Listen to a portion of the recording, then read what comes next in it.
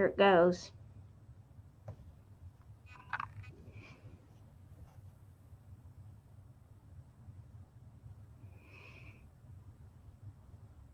Hey. Hey! All right, so, all right, freeze. Put your head up. I'm the pepper bandit. I'm the pink bandit. Yeah, pink bandit. Yeah. I don't. But the good news is I don't think the virus has learned how to travel over internet yet. So yeah, the internet. We can breathe. Isolated in our rooms here, right? All right, I am just right now. I'm checking all of my smack here because we are going live, 2 separate places, locations, and we're trying to make sure that everything is peachy, and that everybody who's watching can see and hear both of us. Yes. And we're waiting for folks to pop on. Yay! No.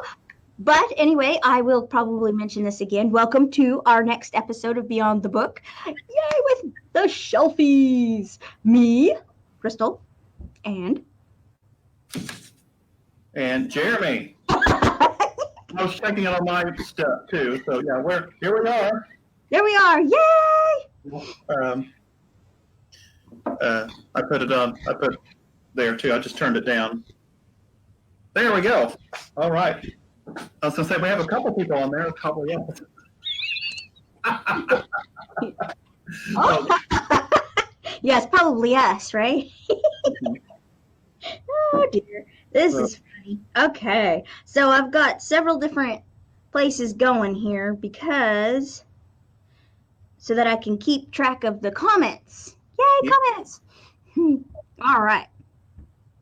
So today, Jeremy, you and I, and everyone else who joins, yay, please join and say hi.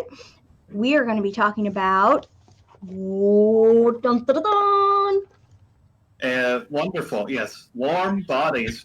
And you're super more prepared than I am because I have the ebook and I have a digital version of the movie. So, well, so you can hold up, air. Yeah. Okay, so we're going to be talking about Warm Bodies by Isaac Marion and the movie that they made off of it. Yay! Okay.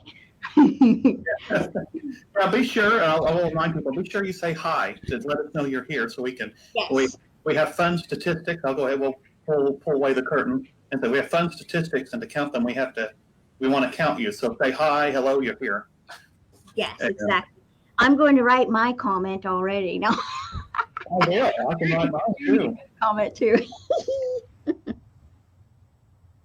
There we go. Oh, look, there's a comment. Yay! Our first comment of the day. Dun, dun, dun. Why, hello, Jeremy. Thank you for joining. Should I ask my question on the chat? No, I'm kidding.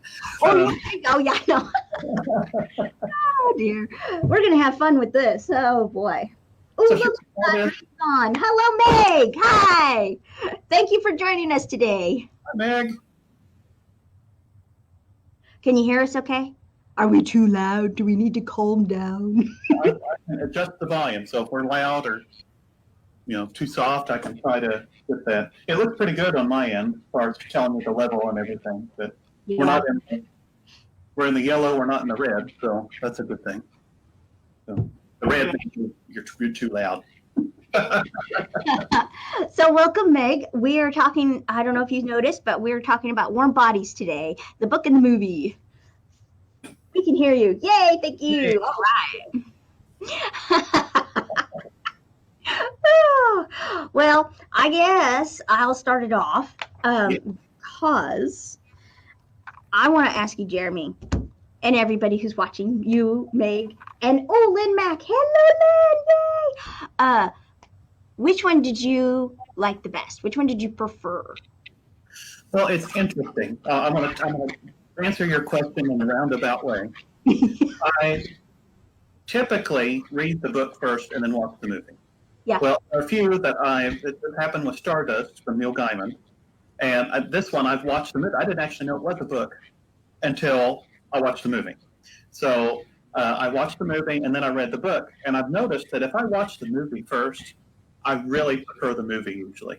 Okay, let me put a caveat. If I watch the movie first and like it, then I prefer the book. If I always go back if I don't like the movie and I go to the book. Usually the book's still pretty good, really good. But I'm also I'm usually forgiving of movies. But I really like both. To be honest, I think they both have a different feeling. So like the movie is more comedic, whereas the book is a little more serious. Not that it doesn't lack comedy at all, but they definitely in the movie. But if I had to pick one, I would say I prefer the movie actually because I watched it 1st and thought it was well done. So I agree with you about the feeling. The movie was a lot more comedic, and the book was had a much more deeper feeling to it, or meaning underlying, and which brings me to the question. Oh, hey, Abby. Abby's here too. Oh, she doesn't want to do her schoolwork. yeah. Well, Abby, you better get your schoolwork done. But I tell you what, we're doing we're going to try and keep this one a bit of a short episode. So I tell you what, Abby, you can take a little break, okay? As long as Mom says you can. Yeah. The whole underlying in the book, making it seem a little darker, brings me to the fact that this is actually a series.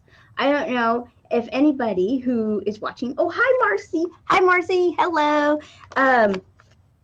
Knew that this was a series. Did you read any more of them, Jeremy? No, I did not. In fact, like I said, I didn't even know it was the book itself until I watched the movie. Right. And so I read the book after that, and I get lost in. I have so behind in reading that I got lost in it. In fact, that it was a series. So no, I did not remember it was a series until I started preparing to come here, and I was like, oh, there's more. There's more. Well, and he wrote. There was the second one, which is called The Burning World. It's the second book. And then The Living is the third book. Interestingly enough, he went back and wrote a prequel, which is The Hunger and how it all kind of started or something like that. Right. And speaking of the darker feeling underneath in the first book, that dark feeling starts getting bigger and bigger in the second one. And the third one, it pretty much peaks, and then yay, hopefully we can save the world type of thing. Yeah. So I mean, I can appreciate that.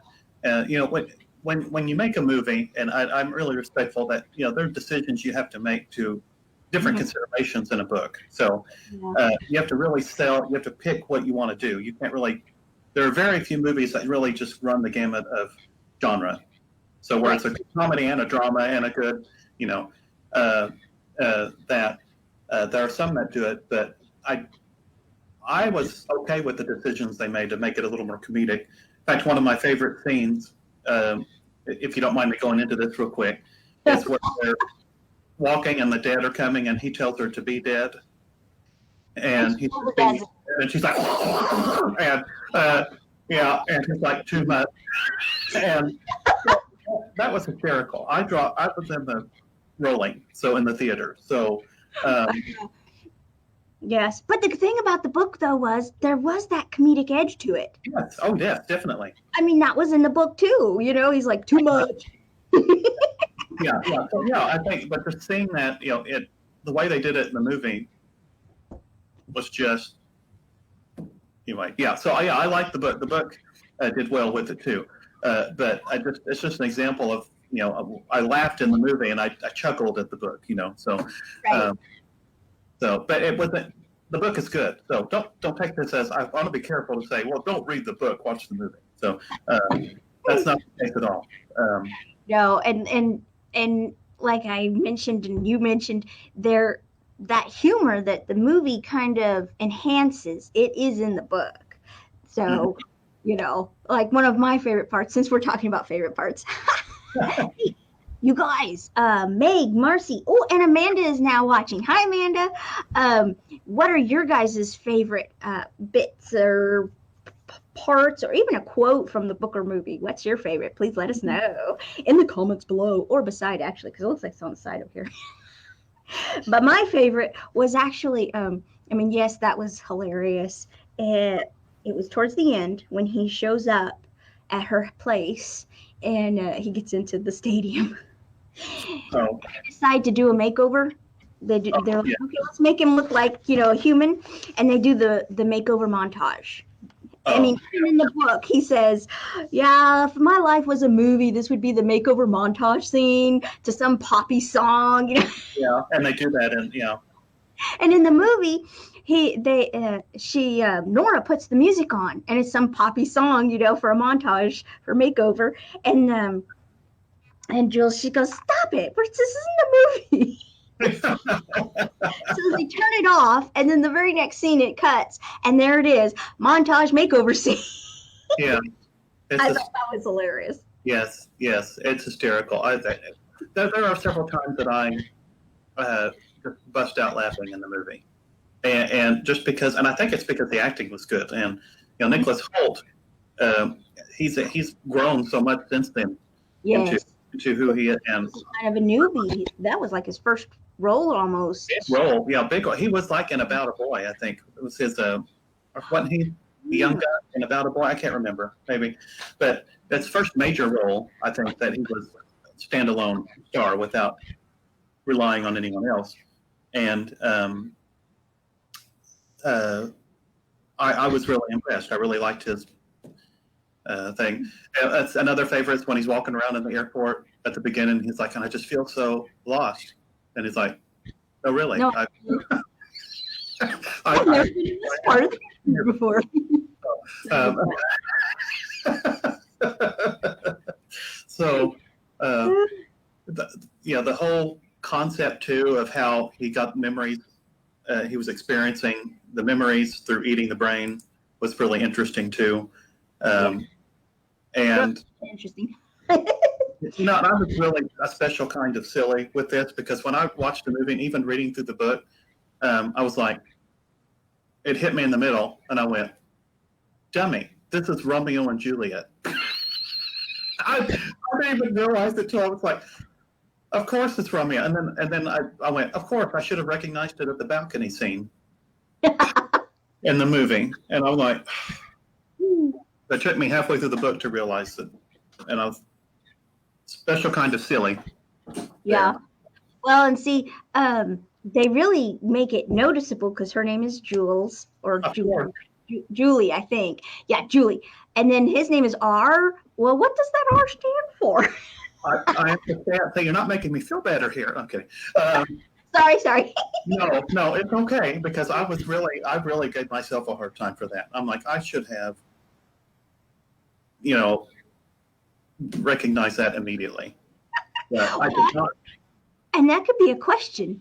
That could be a question for our viewers too. Hey, you guys, how long did it take you to realize that was Romeo and Juliet?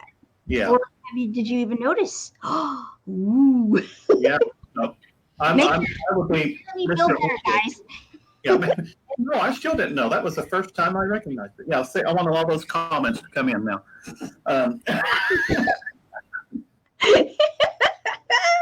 Oh man. Goodness. Yeah. But yeah, so I really appreciated the fact. I love the author. I think his writing of it, you get to know more of the characters. Of course, the book is better about expanding the world and getting to know. And I felt connected to them in the book, and that's a given. I always expect that. But I really appreciate. And I felt this way with Stardust by Neil Gaiman. The comedic effects, enhanced comedic effect, to really kind of in those somber moments, it gets you past those with that comedic element. And the stories are good stories. A really great take on the whole zombie thing and what what they are all about. And the dark people. I can't remember the The Bonies? The Bonies. There we go. Yes, I was drawing a blank. Where the old zombies who are like darker, they're fully gone, and they have no humanity left, and those were really scarily presented in both the movie and the book. So they were. I'm like, don't watch this too late at night, folks. Yeah, there are some instances where it is a little dark. I mean, it's not like horror movie dark, but it's good. I really enjoyed it. So. Yeah, and Marcus. I mean, like you really didn't need a comedic character to lighten the mood, but Marcus was hilarious. Yes. Well, like one of the biggest differences that kind of shocked me was R had a wife and kids. Yes. In the book, and they're not mentioned in the. In the movie, they do show the two kids, but they don't say that they're his. Right. There's no relationship defined. Right, so. And in the book, it starts out because he's lonely. He's like, what's with life, What do I need here? And so he decides he'll get married. He'll try that life out. And of course, he finds out he's not very good at it because he forgets to feed the kids. Yeah. Remember that scene? His wife finds him.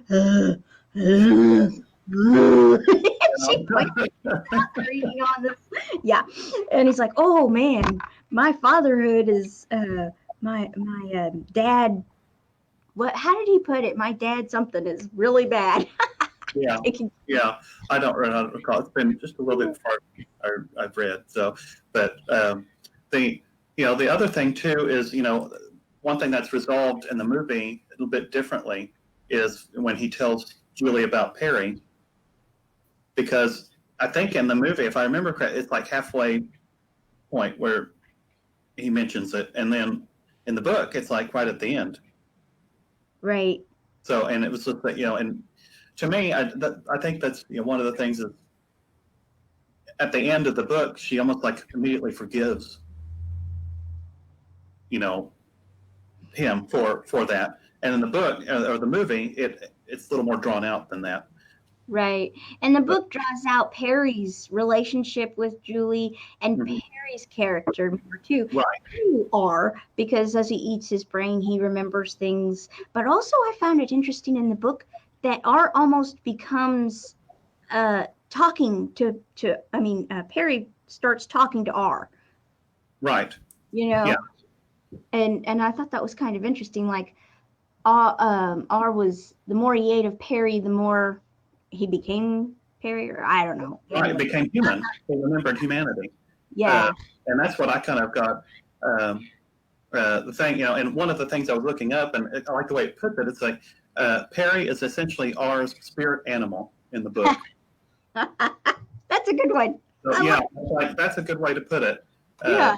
Whereas in the movie, there's just kind of a flashback, and so that's what I like about the book, because you get more of they have more time to develop those things, and so I can really appreciate in a movie, what they decide to cut, what they decide to change to streamline it a little bit more for that audience, and still remain,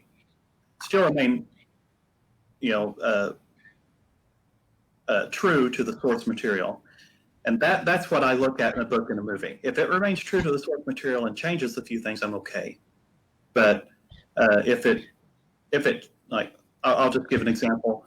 There's a book called My Sister's Keeper. It's not fantasy or sci-fi, but it's by Jodi Picoult, and the book is wonderful. The movie, they changed the ending, which just completely makes the story irrelevant. Oh. If you change the ending and what they did to the ending of it, just irrelevant, makes it irrelevant for anything. That whole book makes the whole story irrelevant. So, in my opinion, so I'm not as forgiving of that movie. Right. And I had to laugh.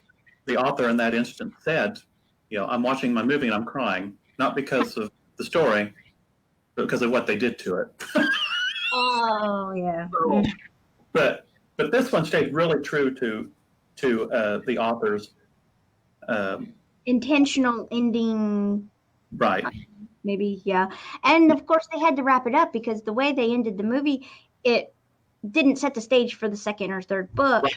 They ended it right there. They Right. killed the ponies. They crashed the wall down. Now everybody was living together. Yada yada. Of course, that's what ends in the book. Yeah. um, And there's a redemption too of what's his face? I guess her father. Yeah, her father. Yeah. General. Yes, that was another major difference from the book to the movie. I thought John Malkovich did an excellent job. Because he was the dad, but then he was also the well, okay, I guess we'll accept the zombies back in. Yeah. I really appreciate it too. And I was kind of hoping there would be a sequel when I watched the movie. I was like, this was so good. I would mind continuing the story. Mm-hmm. And then I realized there's a book, and I was like, oh. And then I didn't realize. I guess now I'm going to read the others. I'll add them to my ever expanding list that I have.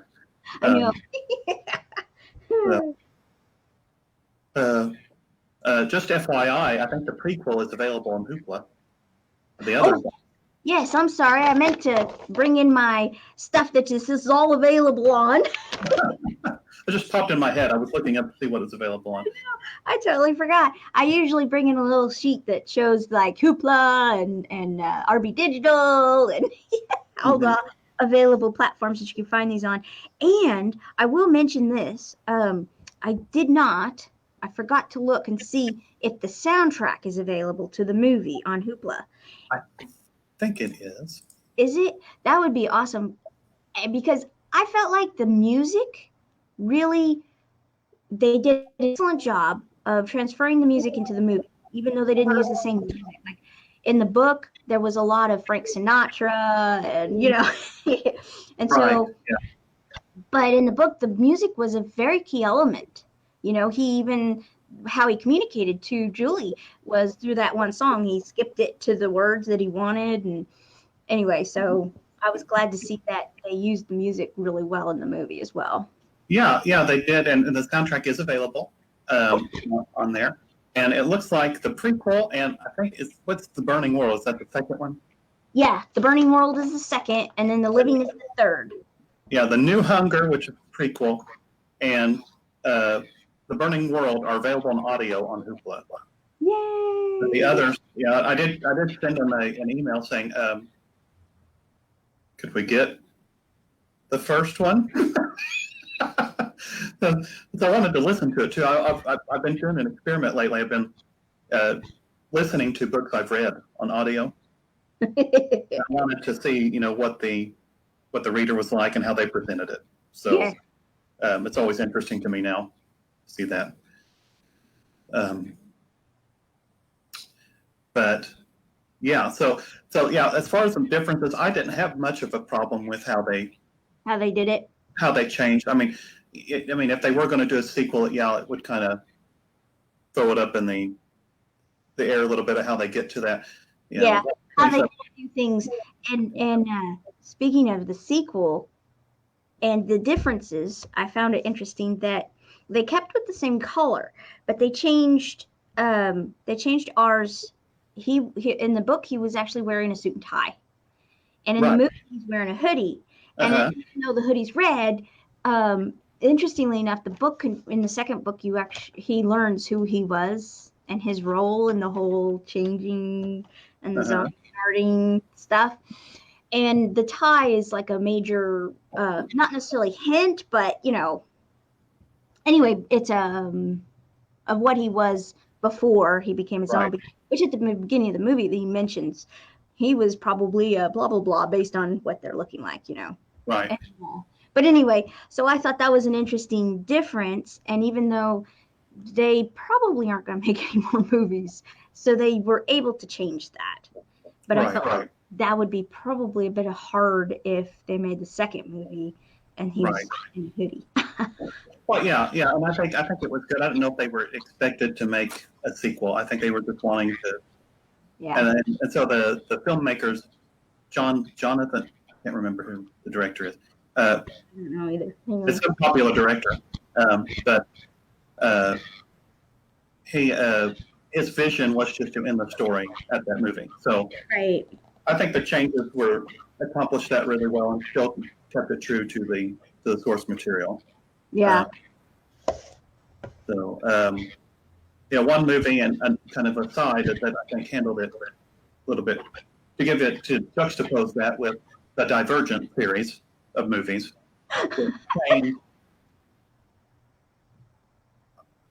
That changed a lot, and that's saying it nicely, right? Yes, I'm just like, this did not. What are they doing? I mean, this was, she's in some gizmo where she's like on the thing. I'm like, okay, I'm like, what are you doing? So, yeah. But that's another discussion we can have on another episode. I know. I know. I told Jeremy, well, we kind of discussed it before we went live, that we were going to try and keep it down to about 30 minutes rather than go a whole hour. That is, if we can get everything that we want to say about this stuff. Yes. In. We can call it Beyond the Book, the Reader's Digest condensed. Oh my goodness. I like that, Jeremy. I like that a lot. Okay, where's my pencil? I'm writing that down. Oh goodness. Condensed. I don't think Reader's Digest would like us using so everybody does use that as a something or other. Abridged. We can call it abridged. So abridged, yeah, the abridged version. This is the abridged version today. Well, and it looks like we don't have any comments. Nobody said anything about what their favorite part or quote was. I did tell. I want to mention this because you did mention the wife and his kids. They had the car and it was red, the Mercedes convertible. Yeah. One of my favorite scenes in the book, though, is while she's teaching him how to drive, he decides to take the kids with him in the back seat. and they keep trying to take, little bites out of Julie, and he's like, "Stop it." Yeah. Yeah. It's just those little elements. Yeah, but the book they both had the good part, and I don't want to. The book is funny too, has some funny points. So I'm not saying that, but they focused more on that in the movie. They really focused on comedy a little more than I think they did in the book. The book had a really dark overtone. Somebody brought a phone in. I hope it wasn't me. You should answer it and say, "You're live on Facebook. How can we help you?" No.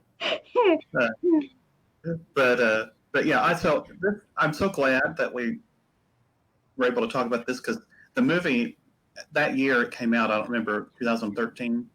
I think was probably one of my favorite movies of the year.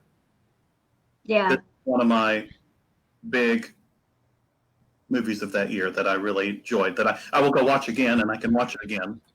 And watched again, yes, because we had technical difficulties the day that we were supposed to have done this episode, and I was all prepared, and then we had to push it back, and so then last night I'm like, oh my goodness, it's been a couple of weeks. I need to, refresh myself, and of course. I loved watching it again and rereading the book again, breezing through it all, and I was like, yay! This was not a problem. It's one of those ones you don't mind watching over and over or, reading over and over. Oh, yeah, definitely. But yeah. But yeah, so the whole romance, Romeo and Juliet, that was just hilarious. I love the balcony scene. Mm-hmm. Nora comes out and she's like, oh my gosh, is that him? And he's like, hi. And she's like, sup? Yeah. Classic Nora. And in the book, Nora does have that kind of a characteristic. Uh-huh. I know that there was a bit of a change on Nora's character as far as her looks, but in the movie, I guess they, I don't know what kind of actors they had to come and do, but she did a really good job. I thought she was a good Nora, even though the bit of difference from the book to the movie on that. Yeah. But I think my favorite still though is the whole makeup montage thing. That was great. It is a great scene. And I know. Yeah. That was good. Now, Jeremy, is there anything else you wanted to mention? No, not that I can in a short amount of time. So, No, go ahead. Go ahead. no, it's I'm done. I was going to say what everything I said, so you need to take it on and say what you were going to say. Because, like you said, this is your favorite. I think yeah, it's one of my favorite, of that year especially. I'm not usually one of the things is I like being changed in opinion on types of books. So zombie books and zombie stories are not my cup of tea. I'm not I'm not a big World War Z fan. I will say though, a little zombie apocalypse, I'll call it overdone. And this changed my mind on it. I like the fresh. It seemed a fresh take on it, and I really appreciated. I appreciated that. I like being shocked and stirred in a good way towards something. Another example of that would be vampires that I think are way overdone. But Buffy the Vampire Slayer changed me completely on vampires again. So I like being changed, shifted back to something that I think is overdone or that I don't. Usually people get a virus and it's the destruction of the world. This had all those elements in it, but it took on are they really changed? Can they be changed back? Is there hope? And I really like that. Right. There is hope. Hi, Margaret. Hey, Margaret, say hi in the comments. Thanks for joining us. Yeah. We're talking about warm bodies, in case you were wondering. Yes. And I will tell you this. There was one thing I liked about World War Z, the movie anyway. Mm-hmm. And that is, if you're a Doctor Who fan. Oh, yeah. Peter Capaldi makes up an appearance as one of the WHO doctors. Now, this was before he became the Doctor Who. He was number 12. Well, anyway, in the credits, I don't know if you noticed, but in the credits, Peter Capaldi's title is WHO Doctor. So it's Who Doctor? That was my favorite bit about that whole movie. Yeah, and it's like something just hidden in there. Yeah.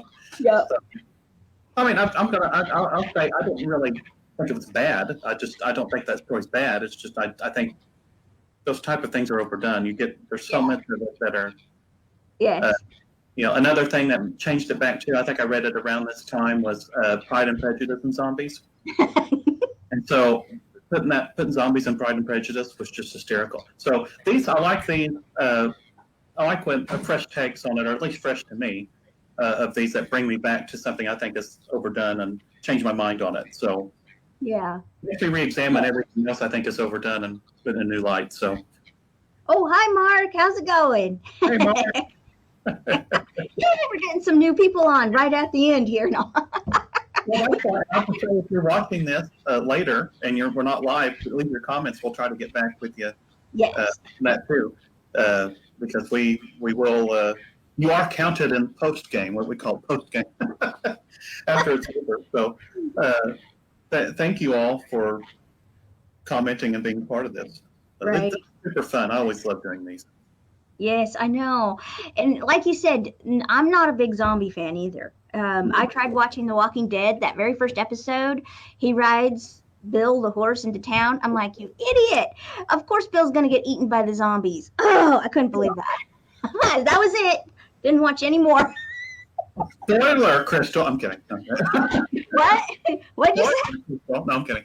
Yeah, I'm kidding. I still couldn't hear what you said. Spoiler warning. Oh, well, I'm sure that by now, I mean, isn't it over? And now they've got that Fear the Walking Dead on, and so right now. Sorry, I do like Zombieland, the Zombieland and Zombieland Double Tap. Those were okay. Shaun of the Dead. I love Shaun of the Dead. That one is hilarious. I think I like the zombie movies more when there's a bit of a humor side to it. Right. Yeah. So, Yeah. but yeah. Yeah. And that could be why I like this one Yeah. so much. The movie was a bit of a sleeper though when it first came out. It wasn't like really popular, well announced. You didn't hear about it much. Right. Yeah. Yeah. So, but yeah. Well, hello, Mina. Hi, Mina. Hi. Got another viewer. All right. Yeah. so, so I was going to this time around, like I usually at the end of our latest episode of Beyond the Book, I suggest a poll and I give everybody the option to pick which one they want to talk about that we'll talk about next episode. This time around, I'm going to pick because I don't know, I got all excited with the new Jumanji movie that came out. We were talking about this before, yeah. Yeah, and I was just like, okay, the next one, I'm sorry, folks, no poll this time, I'm picking. We're going to do Jumanji. We're going to do all three movies. The very first movie was Robin Williams, then the next movie, which was Welcome to the Jungle, and then the newest one, which is The Next Level. But we're also going to do the book. Chris Van Allsburg, I believe, is the author who wrote Jumanji. So I think it's going to be fun. I liked them. I hope you guys like them. I hope Jeremy likes them. It's been a long time since I've read that book, so I'm going to really have to reread that. Make sure I get that. So, yeah, and I'll rewatch all the movies. I loved I haven't seen the newest one, but I loved the original Jumanji movie, and the Welcome to the Jungle was good. So, Yeah. I'm going to look forward to doing that too. So. I know that'll be so much fun. But so anyway, we can continue talking if you guys want to, because we've just had like 3-4 new people pop on here. Yeah. How about that? No, but anyway, we were gonna keep this one down to about 30 minutes or so. We've hit 40, so. Yeah, we're getting close. It's okay. We could just keep talking about stuff. So I know, yeah. And speaking of, to keep this condensed. So yeah, it's not gonna be condensed anymore. You know, when I watched this movie though, Jeremy, I watched this movie, and then I had just recently, I think it was before I watched Warm Bodies, I watched Odd Thomas. Oh yes. You remember that movie? And it had Chekhov. Yeah. He plays Chekhov, that actor, and that was one of his major breakout roles. Was in that movie too, I believe. Anton Yelchin. Yelchin. Yeah. Yeah, he passed away. He what? He passed away. That's sad. That's sad. That was really sad. Very sad. But I don't know how they're gonna take care of that in the Star Trek movies. I hear there's not gonna be another one though. So they're gonna have to kill Chekhov off. They didn't want to do that. But you were saying before I interrupted you about Odd Thomas. I'm sorry, I'm getting a little lag here.